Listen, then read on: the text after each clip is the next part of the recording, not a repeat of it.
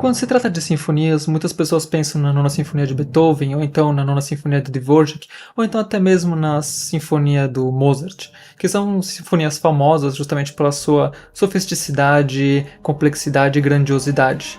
No caso, sinfonias geralmente são composições extremamente mais complexas e profundas dos compositores que visam demonstrar ou apresentar conceitos, ideias e filosofias. No vídeo de hoje a gente vai justamente falar de uma sinfonia que poucas pessoas conhecem, mas que possui um grande peso orquestral e emocional. E no caso, ela não aborda apenas um ou outro conceito, mas praticamente aborda todos os conceitos de uma só vez. Esta é a Oitava Sinfonia de Mahler. Esta sinfonia ela foi criada em 1906, no período de férias de Mahler, e foi estreada em 1910. No caso, é uma sinfonia bem longa, tem praticamente 1h20 a 1h25 de duração, diferentemente de outras sinfonias que têm geralmente 25, 30, 40, 50 minutos. Então é uma sinfonia um pouco mais complexa e extensa, e uma curiosidade bem interessante é que essa sinfonia ela foi composta em apenas 2 meses e meio, que justamente foi uma das coisas que o compositor citou, que ele estava navegando por aí, caminhando por aí, e justamente a ideia veio como se fosse uma revelação para ele, então foi como se fosse algo ditado para ele. Um dos aspectos interessantes dessa sinfonia é justamente a sua instrumentação. No caso, geralmente, as sinfonias elas não exigem tantos instrumentos assim.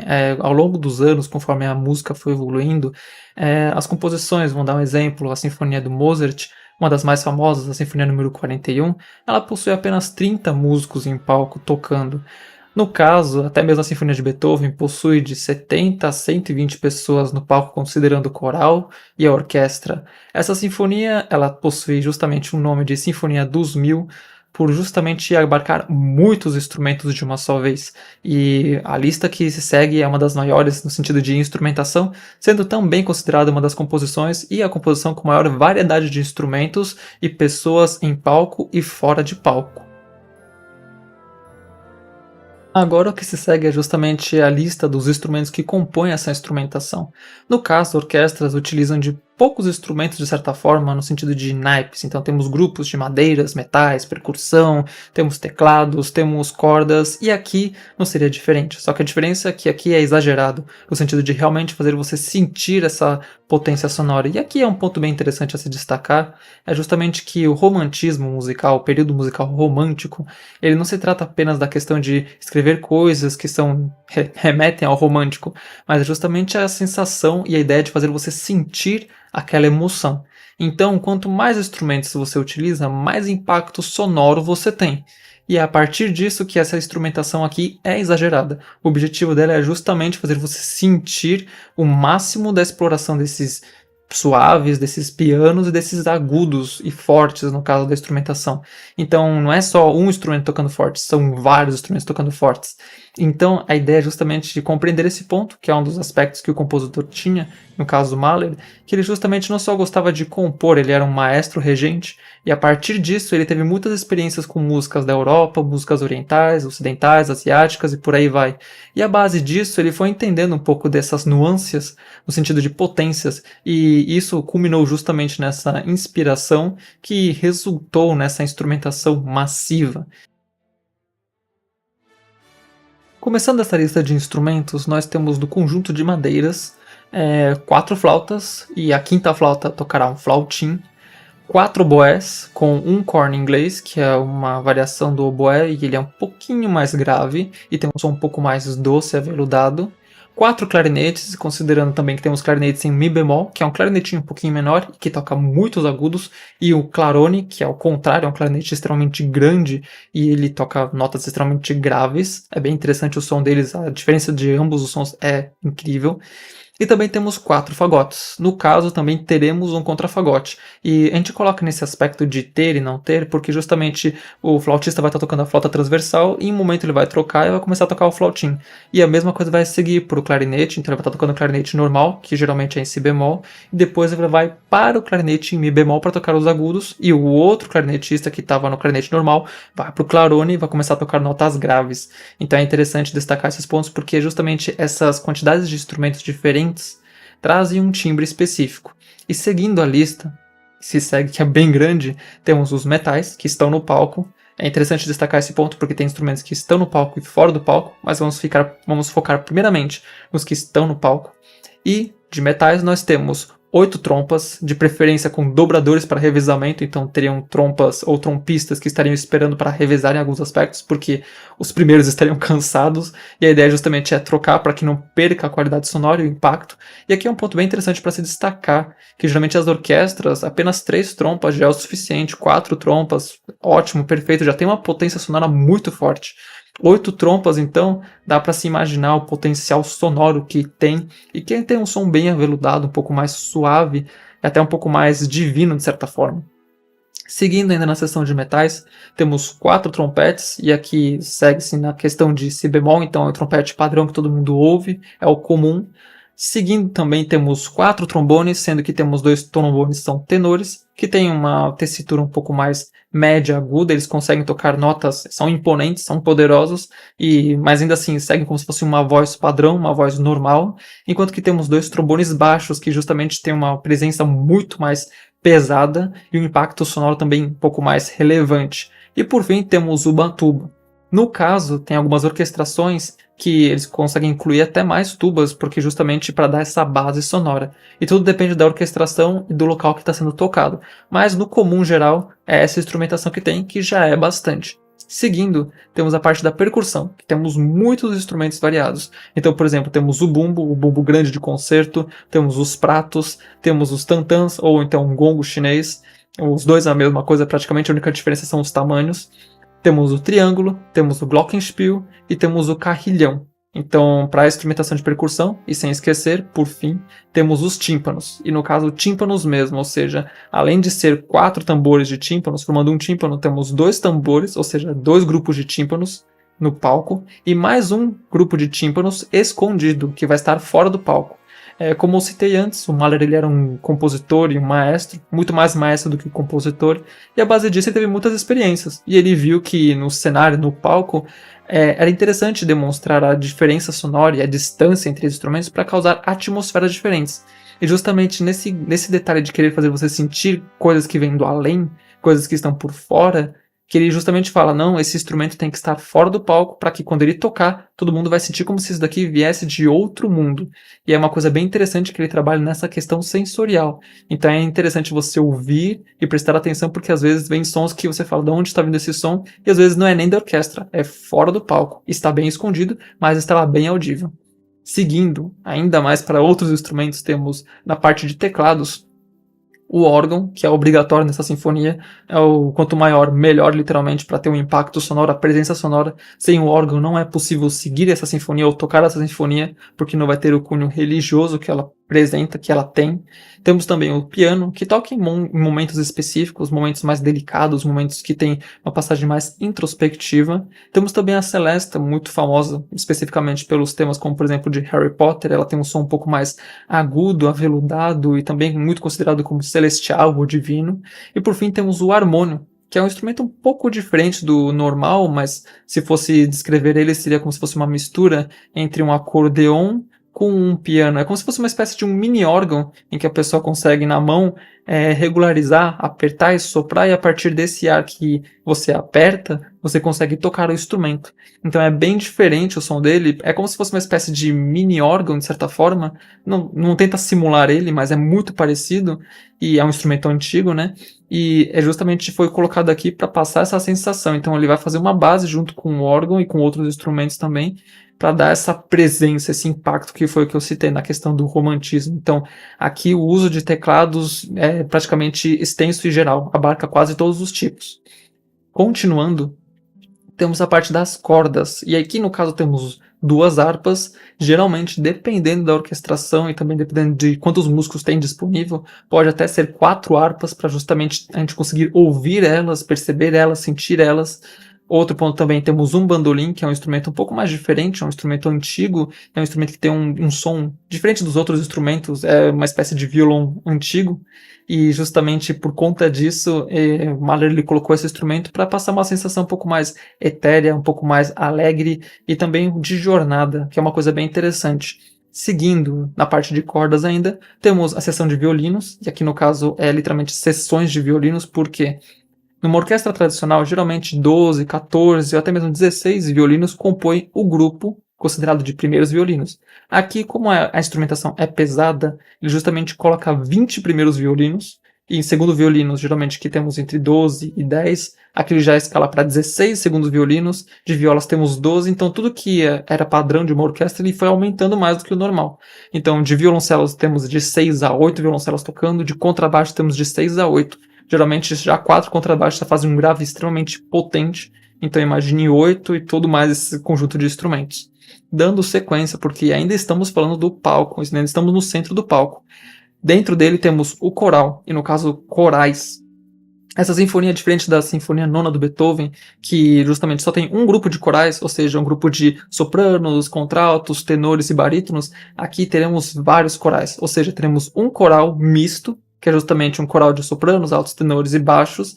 Teremos um segundo coral também misto, ou seja, de sopranos, altos, tenores e contraltos, ou seja, uma quantidade gigantesca de gente. E também teremos um coro infantil, que é justamente de meninos e meninas, composto pelos dois, e justamente traz essa sensação um pouco mais angelical, que vai ser utilizada em vários momentos. Então é interessante entender toda essa orquestração, porque é muita gente, é extremamente complexo, geralmente se precisa de mais de um regente, não é só o maestro que fica no centro que rege, geralmente tem um regente para cada grupo de corais, então já seriam ao todo 4 regentes para todo o conjunto, então é bem complexo. E não para por aí. Depois de todo esse conjunto de pessoais que tem tocando, temos também o grupo de solistas, ou seja, temos 8 cantores de ópera, não é só um, não é 2, são 8 cantores, considerando, e é constituído por um soprano, segundo soprano, terceiro soprano, cada um representando um personagem ou um conceito diferente. Temos também 2 cantoras que são contralto, ou seja, não é tão agudo, mas ainda assim segue um agudo, mas tem uma base um pouco mais grave, consegue atingir graves com mais qualidade, aveludação, é uma sonoridade diferente do soprano. Seguindo nessa vertente, temos também um tenor, que é um cantor masculino, que justamente tem uma textura médio-agudo. Temos também um barítono, que já tem uma textura um pouco mais grave, ou até mesmo grave. E por fim, temos o baixo, que justamente é um cantor que tem uma potência, uma presença sonora extremamente grave, muito grave mesmo. E é bem interessante ver a relação entre cada um deles, porque na sinfonia eles representam várias coisas e ao mesmo tempo alguns personagens. E é claro, a explicação que eu vou dar é um pouco mais direta e sucinta, mas é interessante você perceber que tem muita gente já inclusa nesse balaio todo. E no caso, estamos falando apenas do palco. Fora do palco, como você tem anteriormente, temos um grupo de tímpanos. E além do grupo de tímpanos, a gente também vai ter 4 trompetes e 3 trombones. Então é uma fanfarra praticamente, que é um conjunto de metais que fica separado, e eles vão tocar em momentos-chave da sinfonia para justamente você sentir a sensação espacial. E foi justamente pensado dessa maneira, então não é uma questão de colocar músicos, e aqui é um ponto bem interessante. É uma instrumentação complexa, é uma instrumentação grande, é uma instrumentação exagerada, não vou dizer que não, é uma instrumentação extremamente grande. Mas o objetivo dela é direto, único e simples. Ou seja, cada instrumento que tem ali não é um instrumento por acaso, é um instrumento que realmente tem o seu impacto sonoro. Se ele não estivesse ali, você não sentiria daquela maneira. E justamente cada um tem uma função, cada um tem um papel específico na sinfonia. Não vou detalhar aqui porque seria extremamente complexo, mas cada um tem um papel na sinfonia, e o ponto principal é: cada um tem um papel na sensação que você vai sentir. Então o objetivo principal de cada um desses instrumentos não é só estar lá para cumprir grupos, fazer a harmonia fechada, não. É justamente para fazer você sentir algo que está além, e algo que está fora do normal. E é bem interessante isso, mas essa seria a instrumentação que, para ser bem sincero, ela pode variar. Pode ter mais músicos fora do palco, pode ter 7, 8, 12 trompetistas e por aí vai. Pode ter mais músicos dentro da orquestra, como você tem o caso das harpas. E justamente vai depender do local que vai ser tocado, a orquestração e a quantidade de pessoas que tem. Por que eu digo isso? Porque essa sinfonia, a maior parte de músicos que compõem ela é a parte do coral. Então, por exemplo, uma pessoa, ou então a sinfonia, pode ser organizada para que cada coral seja composto por 500 pessoas. Só ali já teríamos 1000. Ou então pode colocar mais pessoas dentro daquele coral e teríamos mais gente. Só que aí, no caso, você só ouviria muita gente cantando, não ouviria a orquestra. Então sempre é um equilíbrio. Então se aumenta uma pessoa aqui, tem que aumentar um grupo de metais aqui. Se aumenta metais aqui, tem que aumentar madeiras. E por aí vai.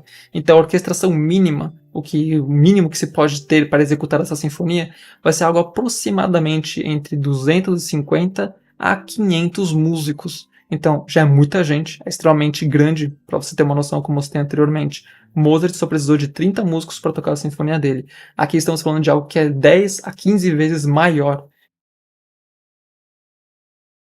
E por que ouvir essa sinfonia? No caso, qual o objetivo de ouvir ela? Quais os motivos para você ouvir ela? No caso, eu destaco alguns objetivos principais e até interessantes e consideraria até necessário de certa forma.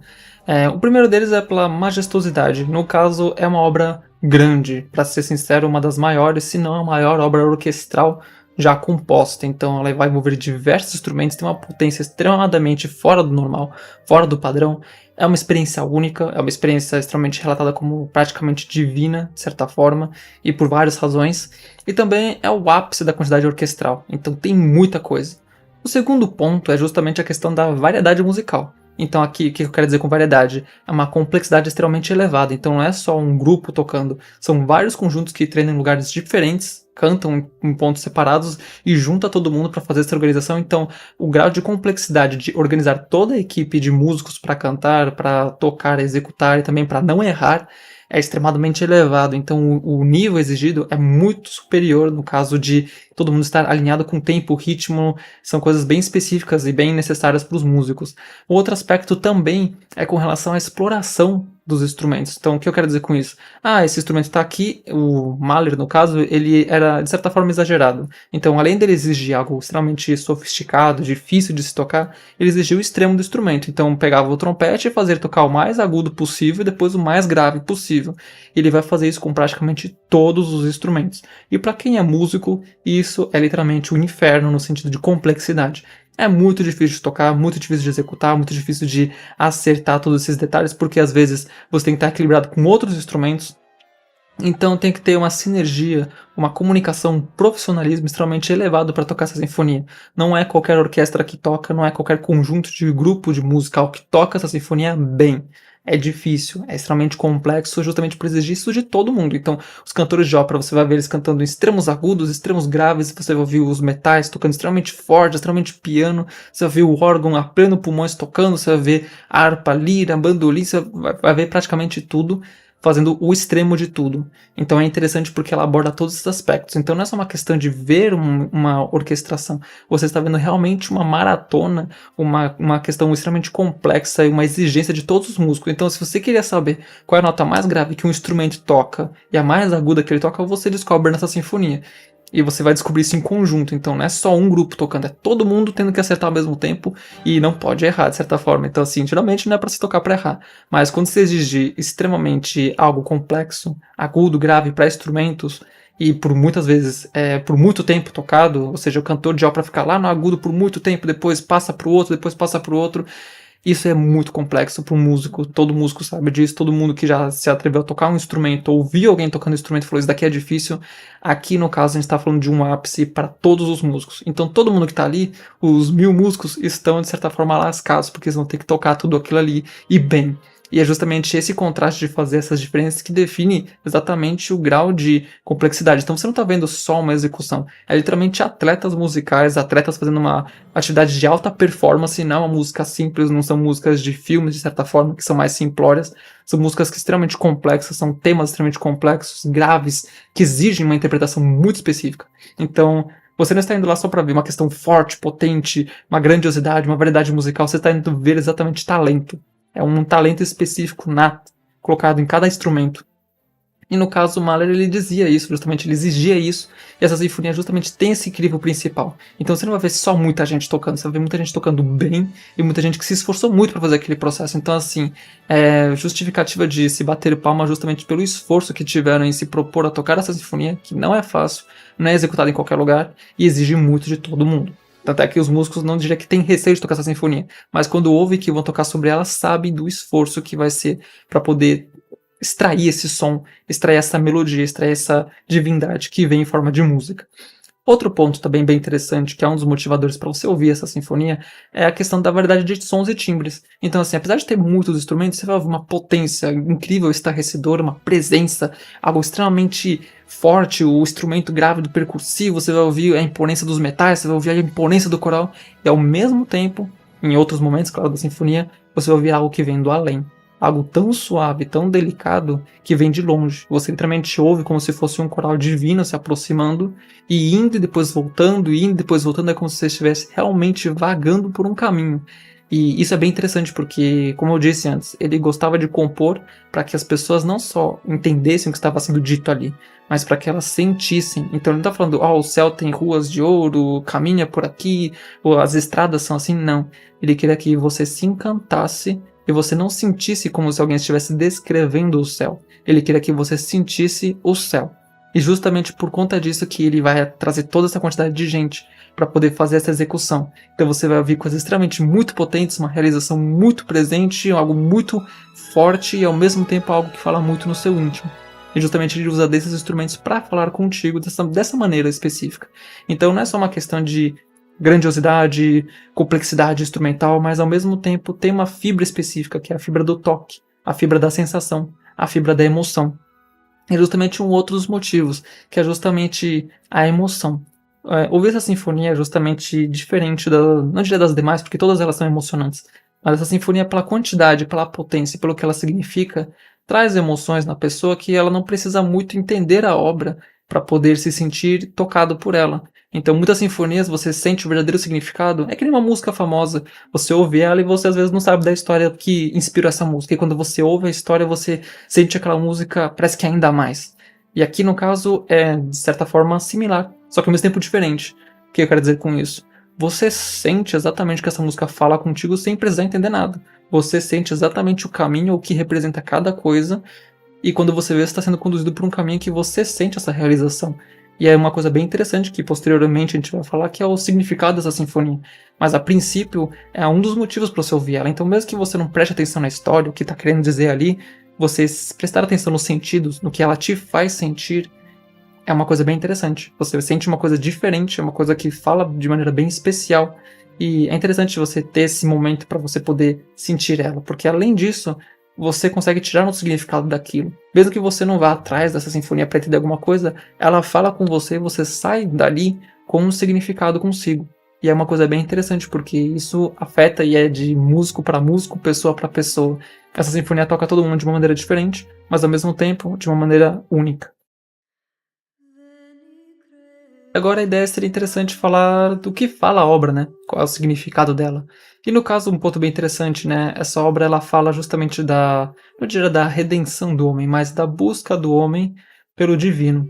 E no caso aqui, a sinfonia é dividida em dois pontos. Geralmente as sinfonias são divididas em 4 pontos, né? Primeiro movimento, segundo, terceiro e quarto.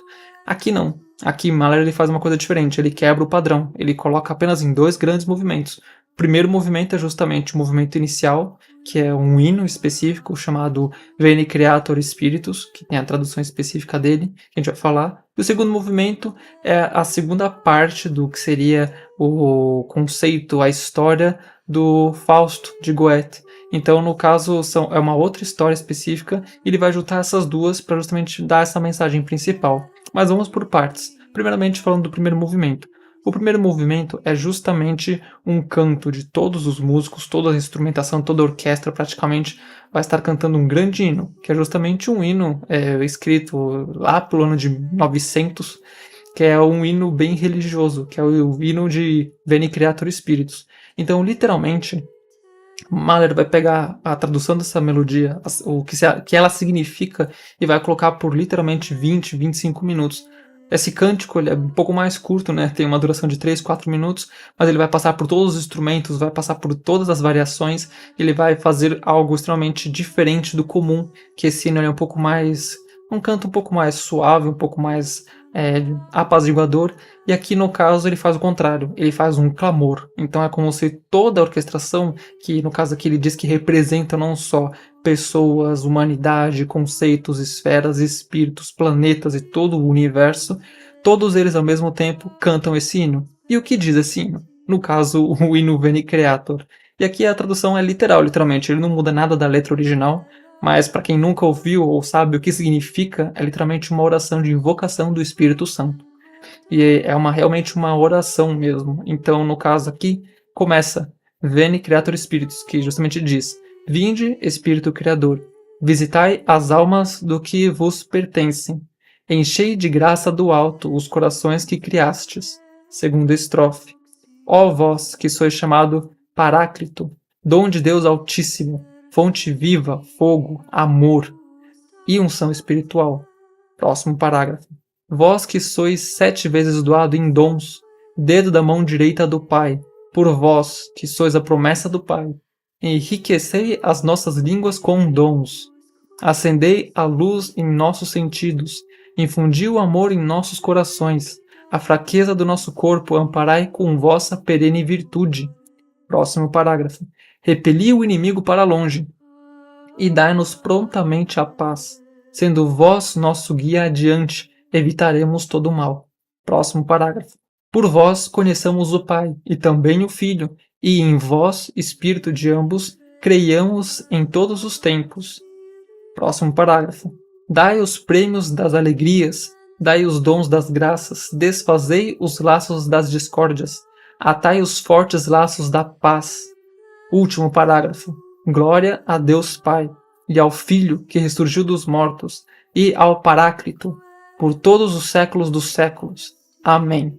No caso, literalmente é esse texto específico, e é um clamor extremamente muito belo, muito bonito, que foi criado naquele ano específico de 900, mas que Mahler utiliza dele justamente para dizer que o universo todo clama e regozija e fala da glória de Deus. Então, literalmente, o objetivo não é falar de Deus especificamente, mas ele está falando que todas as coisas do universo clamam e pedem pelo Espírito Criador. Então, é uma invocação, é uma oração, é literalmente, diferentemente das outras sinfonias, não é apenas um texto dito, ele cria profundamente nesse ponto, nesse aspecto, e ele queria passar isso com os instrumentos.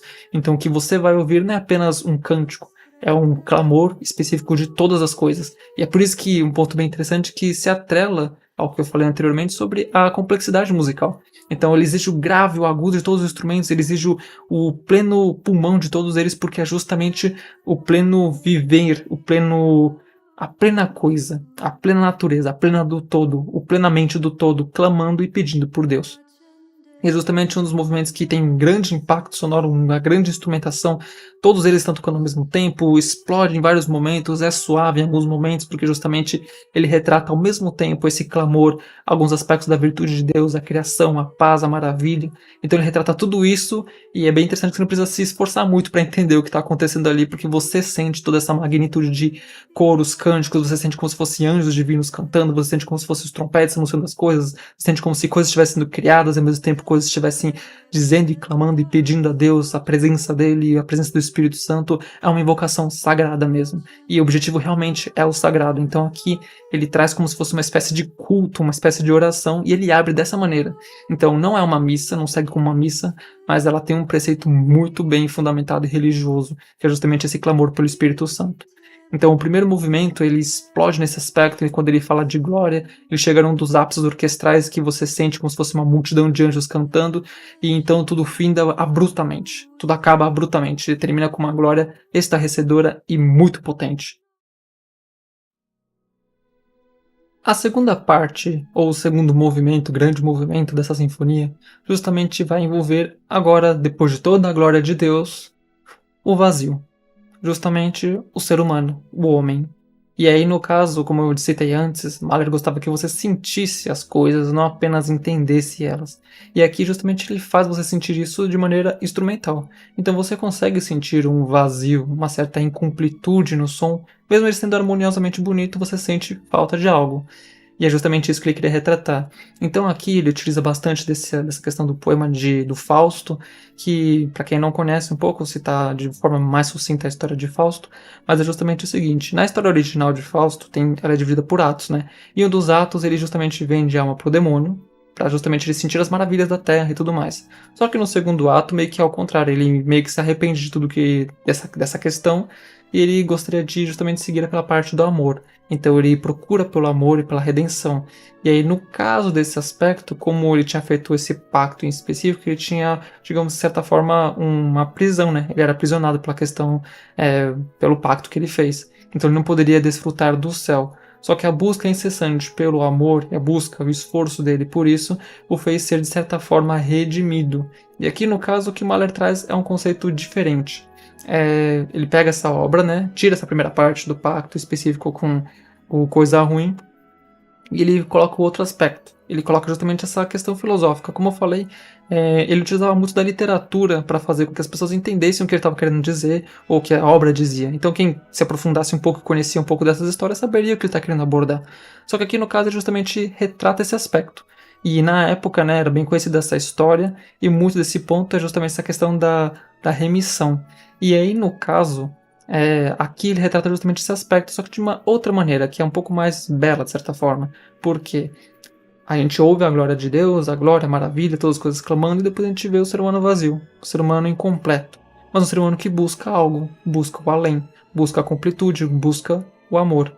E aí, no caso, o que ele vai retratar nessa obra é justamente essa jornada do homem em busca dessa completude que seria o amor. E aqui, de certa forma, ele sai um pouco desse texto do Fausto e ele coloca uma interpretação própria dele e uma mensagem que ele queria passar, que era justamente esse aspecto de que o ser humano procurando por isso, Deus o guiaria através do amor para chegar nesse caminho. E aí, no caso, vai ter vários personagens, os solistas, os cantantes, que vão estar sendo personagens dessa obra, mas vão estar falando coisas específicas desse aspecto, sobre como Deus o perdoou, como Deus, de certos personagens, né, como Deus perdoou seus pecados. Então a gente vai ter a Maria Madalena, a gente vai ter a Samaritana, a gente vai ter vários personagens que são especificamente bíblicos, só que no caso da peça de Fausto, só que ele vai retratar justamente nesse aspecto da remissão dos pecados, não todos eles vão estar falando dessa questão do perdão, da remissão, e também teremos Maria, de certa forma, que nessa obra justamente canta como por fim sobre essa questão da redenção do homem. Então, no caso do perdão dele. Só que a obra não se centra especificamente apenas em uma redenção que vem do alto, mas sim de uma busca incessante por isso. Ou seja, que o ser humano ele procura essa questão. E ele deve se esforçar para procurar esse divino, essa completude. E é justamente isso que a obra retrata, é como Deus vai, através do amor, conduzindo o homem para chegar a ele novamente. Então é uma das obras que trata muito disso, e esse segundo movimento, que é bem extenso, mais extenso do que o primeiro, ele começa bem vazio, mas ele tem passagens muito belas, e você consegue perceber a diferença do que é o ser humano clamando, o ser humano cantando, ele vivendo, passando pelos lugares, vendo, e ao mesmo tempo você sente uma condução divina. Você sente como se algo estivesse levando ele, guiando ele, você sente que ele se esforça, não desiste, não vacila, e ao mesmo tempo você sente como se Deus estivesse dando o sustento, o apoio, guiando ele por meio do amor. E você consegue sentir essa obra. Então, ao longo do tempo, ela vai se expandindo novamente. Ela vai criando essa grandeza, essa completude. E você sente isso com os instrumentos, com o que cada personagem está cantando. Mesmo sem entender o significado, você sente o que está sendo dito. E essa é uma das partes mais importantes da sinfonia, sentir ela. Esse segundo movimento justamente retrata isso, retrata o homem na sua busca pelo alto. E um ponto bem interessante, ponto particular, específico, é justamente que Mahler cita no seu final, na parte final, quando o ser humano finalmente passa dessa para melhor, de certa forma, quando Fausto, ou no caso aqui ele não está se tratando de Fausto especificamente, mas a mensagem é para nós. Quando nós, ser humano, passamos para o outro lado, encontraremos com Deus. E justamente por não desistir, por não cessar, por sempre estar procurando isso, Deus nos conduz com o amor dele. E a partir disto, chegamos a ele e estamos completos. E ele vai dizer de certa forma que no trecho final, o eterno feminino nos eleva. E é justamente algo especificamente simbólico que ele fala. Percebam-se como ele junta as coisas. O feminino aqui não está retratando especificamente da mulher em si, então de Maria, especificamente, ele retrata da questão espiritual mesmo. Em algumas religiões, em alguns aspectos, o Espírito Santo é visto como uma figura um pouco mais sensível e delicada. Não feminina, mas sensível e delicada. E a partir desse aspecto ele retrata isso. Então isso nos eleva. Então o Espírito Santo que está conosco nos conduz. E a partir disso ele nos guia. E é a última frase que é dita pelo coral antes de chegar na maravilha, que seria o quê? O reino dos céus. Então nesse momento final da sinfonia você sente justamente a alma saindo dele, vagando e justamente chegando finalmente no céu, onde todas as coisas clamam, falam, dizem da glória de Deus. E no final dessa sinfonia, os últimos 30, 40 segundos dela, você sente a presença de Deus que chega com tudo, de certa forma, e às vezes é retratado pelo órgão e por toda a base sonora que vem com uma potência muito estarrecedora, e finalmente ele completa o acorde, não só teoricamente, harmonicamente, mas ele completa o acorde em todos os aspectos. Ele dá essa sensação de completude do ser humano, então ele não te faz só sentir uma jornada, ele te faz sentir a sensação de finalmente encontrei com o divino, finalmente estou completo. E é justamente essa mensagem que a sinfonia retrata. Então esse segundo movimento traz essa condução. Mas se você perceber a obra por um completo, fala da glória de Deus, a maravilha dele, a invocação do Espírito Santo e da busca do homem até chegar aos céus. É justamente isso que a obra fala. É uma obra extremamente religiosa, extremamente... Ela fala muito em diversos aspectos, mesmo para quem não é religioso, sente muito dessa questão, sente dessa questão do divino, mas para quem é religioso, sente essa jornada de uma maneira diferente, porque de certa forma conhecemos algumas coisas e temos essas experiências. E ele traz isso em forma de som, em forma de melodia, em forma de cântico, e essa obra justamente retrata todo esse aspecto. É uma obra complexa, mas ao mesmo tempo bonita, encanta, tem muitas passagens específicas que retratam isso e falam disso. Essa seria a Oitava Sinfonia de Mahler e o seu significado. Entendendo o significado dela, a instrumentação, passamos por vários pontos, né? Agora, como ouvir essa obra? Eu não sou uma pessoa que tem conhecimento profundo da teoria musical, do negócio, não sei o que seria mais agudo, mais grave. Como ouvir ela? Como prestar atenção nela? Bom, como eu citei, né? Ele era um compositor que fazia das suas composições algo sentido. O que eu quero dizer com isso? Você conhece trilhas sonoras de filmes, de cinema, aquelas questões emocionais que tem nas trilhas sonoras de cinema e filmes. Bom, para você ter uma noção, Mahler foi a origem, de certa forma, não diria o originalitário, mas um dos principais que consolidou esse processo e essa sensação melódica. Então, junto dele, Richard Wagner e por aí vai, você vai ver justamente que eles não fazem você apenas sentir algo, fazem que você acompanhe aquilo. Então você pode perceber que, por exemplo, uma música do Harry Potter, do Senhor dos Anéis, ou então também do Star Wars, você não precisa se esforçar para sentir o que eles estão retratando. Você vê a imagem do espaço, você ouve aquela música, você sente uma coisa. Você ouve uma questão mais angelical, você sente que é alguma coisa mágica, e por aí vai. Então, assim, Mahler justamente faz isso. Como vir a obra? Minha recomendação, se deixe levar por ela. Esteja livre para você sentir ela. Minha recomendação principal é preste atenção no que aquilo te faz sentir, no que aquilo te evoca. Não tente analisar o que significa por completo. Apesar de você entender a obra de certa forma, não tente dizer, essa parte aqui eu acho que ele está falando de... Evite fazer isso. Primeiramente, ouça ela e se deixe levar por ela. Sinta o que cada acorde, o que cada timbre fala contigo. Sinta como aquilo ali toca em você, faz você vibrar e sentir as coisas. Essa é a minha recomendação principal. Você deve ouvir ela dessa maneira. Preste atenção no que ela faz você sentir, não no que ela significa em cada palavra que está sendo dita. Apesar de que talvez no teatro tenha lugares na tradução, tudo bem, fica à vontade para ver, mas você vai perceber que se você só fechar os olhos, de certa forma, você consegue sentir você sendo guiado por esse caminho. Então é uma obra que fala de certa forma, de maneira mais intuitiva. Ela é intuitiva. O objetivo dela não é tentar entender um todo, é justamente você sentir a emoção daquilo. É que nem uma trilha sonora de filme. Tanto é que justamente Mahler queria fazer essa questão de uma música sendo tocada e no fundo, como naquela época não tinha cinema, né? Colocar imagens que retratassem o que retrata aquela obra.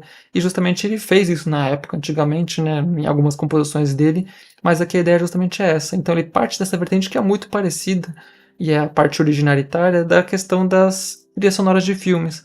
Então você não vai sentir tanta estranheza com relação ao que você já ouviu em um cinema. A única diferença é que você não vai ver imagens, mas se você se deixar levar pela imaginação, não precisa fechar os olhos de certa forma, mas se você se deixar levar pela imaginação e pelo que você sente, você consegue exatamente se situar nessa obra, você sabe exatamente onde você está. E esse é um dos pontos interessantes. Então a obra não exige que você saiba de muita coisa para entender ela. Mas é interessante você saber o que significa. Mas ao mesmo tempo, se você se deixar levar por ela, esteja com a mente livre para você ouvir ela, você sente coisas diferentes. É uma obra diferente. E fala muito com todo mundo.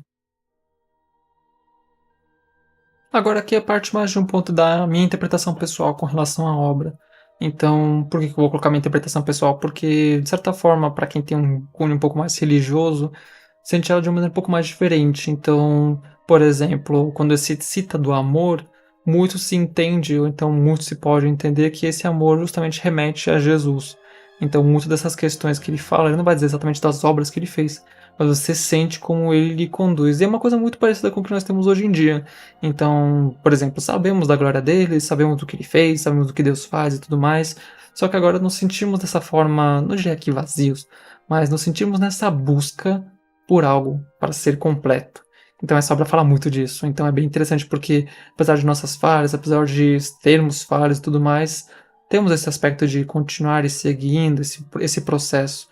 E muitas a questão do guiar do Espírito Santo, que é o que nós clamamos, é justamente esse clamor inicial que fazemos, que seguimos a partir disso sendo guiados pelo amor, que seria justamente essa questão de Jesus especificamente.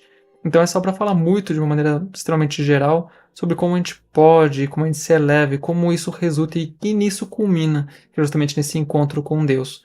Então, um dos pontos principais é a parte final dessa obra que, a meu ver, é uma das partes mais belas, no sentido escrito sinfônico, porque você sente exatamente como se você estivesse saindo dessa para melhor. Você sente como os instrumentos ficam cada vez mais calmos, e você sente como se, ótimo, já entendemos o divino, já entendemos, estamos salvos de certa forma, estamos chegando nesse caminho, estamos perto de passar para lá, estamos perto de sair daqui e morrer de certa forma. E nesse momento você sente algo muito suave vindo, muito serene, e você começa a sentir um breve coral bem suave vindo de fundo e começa a ficar cada vez mais forte.